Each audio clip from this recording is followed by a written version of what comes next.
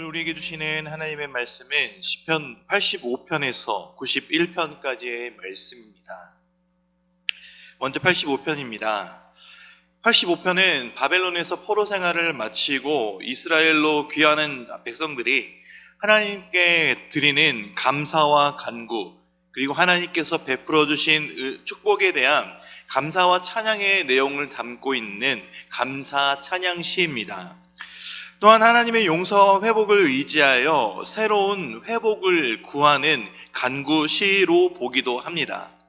85편에는 몇 가지 중요한 표현들과 주제들이 중복적으로 나타나는데 땅에 대한 묘사, 또 회복과 돌아옴에 대한 묘사, 또 하나님의 신실하심과 의로우심, 그리고 구원의 역사 등의 묘사가 반복적으로 나타나며 부각되고 있습니다.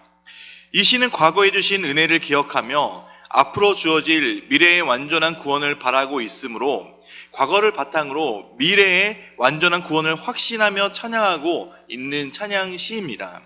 이 시를 배경으로 예수님으로 인해 구원받은 모든 성도들은 미래의 우리를 완전하게 해주실 예수님께서 다시 오실 그 날을 바라보고 가는 삶이 되어야 함을 또한 이 시를 읽으면서 느낄 수가 있게 될 것입니다. 86편입니다.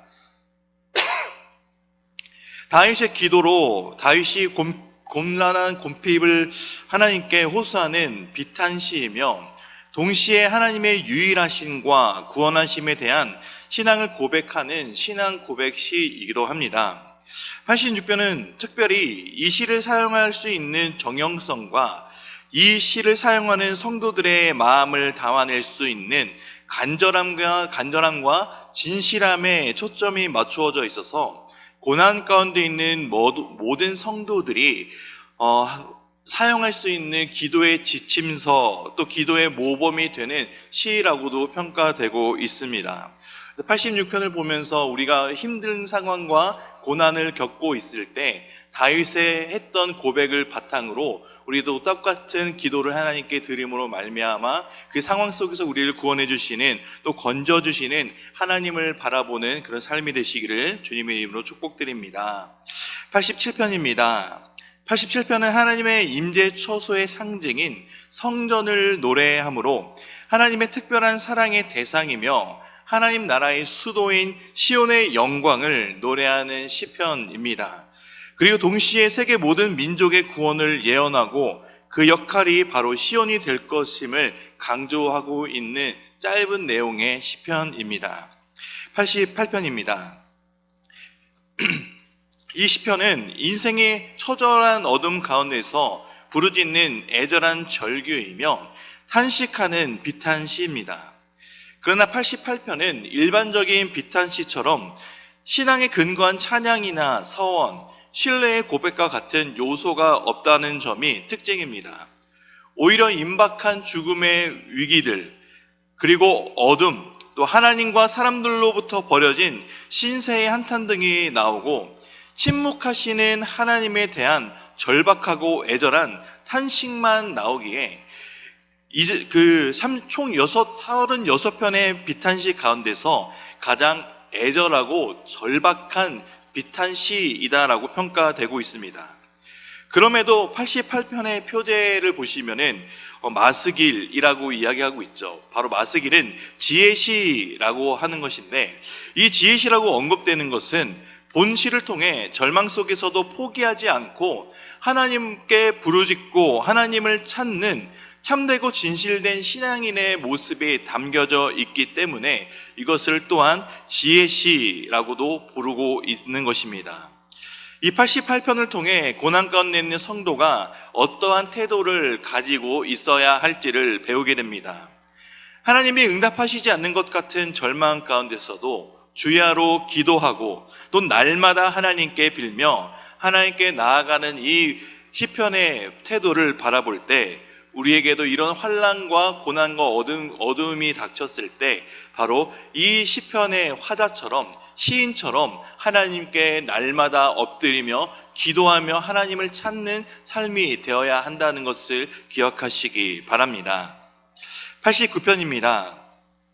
89편은 제 시편의 3권이 마무리되는 시편이며 국가적 재난의 때에 하나님께 비는 기도의 내용으로 비탄시적 성격을 띠고 있는 신정시입니다.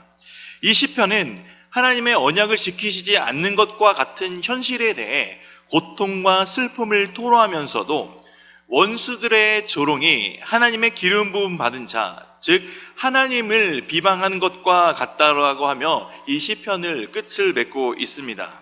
그러나 이러한 표현은 하나님을 원망하는 의미를 지니는 것보다 하나님께서 반드시 자신들의 상황을 돌아보시고 구원해 주실 것을 믿는 신앙에서 나오는 반어적인 표현입니다. 언약이 지켜지지 않는 것 같은 현실이라도 하나님께서는 반드시 살아계시고 지금도 역사하셔서 하나님의 백성들을 꼭 반드시 돌보시고 다시 회복시키실 하나님을 믿고 바라보고 있는 것, 바로 이 시편 89편의 시인이 바라보고 있는 신앙입니다. 이 시편의 시인처럼 지금을 살아가는 성도인 우리들도 하나님께서 약속하신 바를 반드시 이루실 것이라는 확신을, 약속을 늘 기억하며 이 세상의 삶이 하나님의 도우심만이 우리가 가져야 될, 의지할 것임을 늘 기억하며 우리의 신앙이 오직 하나님의 도우심만 구하는 신앙이 자리 잡아야 됨을 믿으시기 바랍니다. 90편입니다. 시편의 제4권을 시작하는 이 시편은 150편의 시편 중 유일한 모세의 시편입니다. 이 시편에는 민족을 사랑하는 모세의 사랑과 하나님의 영원성, 그리고 인간의 유한함에 대한 깨달음이 잘 드러나고 있습니다. 특별히 모세는 인간의 한계와 연약함을 절실히 깨닫게 되었는데요. 이것을 극복할 수 있는 방법 또한 잘 알게 되었습니다. 바로 인간의 한계와 연약함을 극복할 수 있는 방법은 하나님의 긍휼하심을 의지하는 것이다라는 것을 이 시편을 통해 우리에게 잘 전달하고 있습니다. 특별히 90편은 인간의 본질적인 형편이 어떠한 것인지를 노래한다는 점에서 이 시를 묵상하는 많은 사람들에게 공감을 사는 시편이 되기도 합니다. 동시에 인간의 본질적인 한계를 깨닫게 하고 우리의 한계를 깨닫게 되므로 무한하신, 영원하신 하나님만 의지함으로 인생의 모든 위기 가운데서 하나님이 우리를 도우실 수 있다. 유한한 우리를 무한하시고 영원하신 하나님이 반드시 우리의 힘이 되어주실 것이다 라는 것의 내용을 전달하는 것이 바로 이 모세의 노래입니다. 91편입니다. 91편은 하나님을 의뢰하고 신뢰하는 자의 안전에 대해 노래하는 찬양 시입니다. 시편의 내용에 있어서 환난 중에서 도우시고 피난처 되신 하나님을 찬양하는 46편과 매우 유사한 내용을 포함하고 있는 시입니다.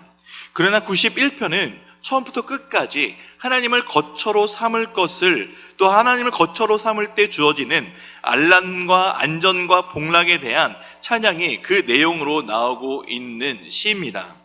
또한 91편은 전체적으로 선언하는 형태로 되어 있는 점에서 하나님만 의뢰할 것을 요구하고 있는 교훈적인 내용 또한 포함되어 있기 때문에 지혜시로서의 성격도 강하게 품고 있습니다. 결국 91편은 세상에서 승리하는 복된 삶을 살기 위해서는 지존하신 하나님의 거처로 나아가야 된다. 영원하신 하나님의 거처 안에서 살아갈 때만이 우리가 참된 안전하고 복된 삶을 살아갈 수 있음을 깨닫게 해주는 시인 것을 기억하시며 우리에게 가장 안전한 처소가 바로 하나님의 품 안인 것을 늘 기억하며 살아가는 삶이 되시기를 바랍니다. 이제 말씀을 듣겠습니다. 시편 85편에서 91편의 말씀을 경청하실 때 우리에게 들려주시는 하나님의 음성을 들으시기 바랍니다. 주의 말씀은 내 발의 등이요 내 길의 빛이니이다. 아멘.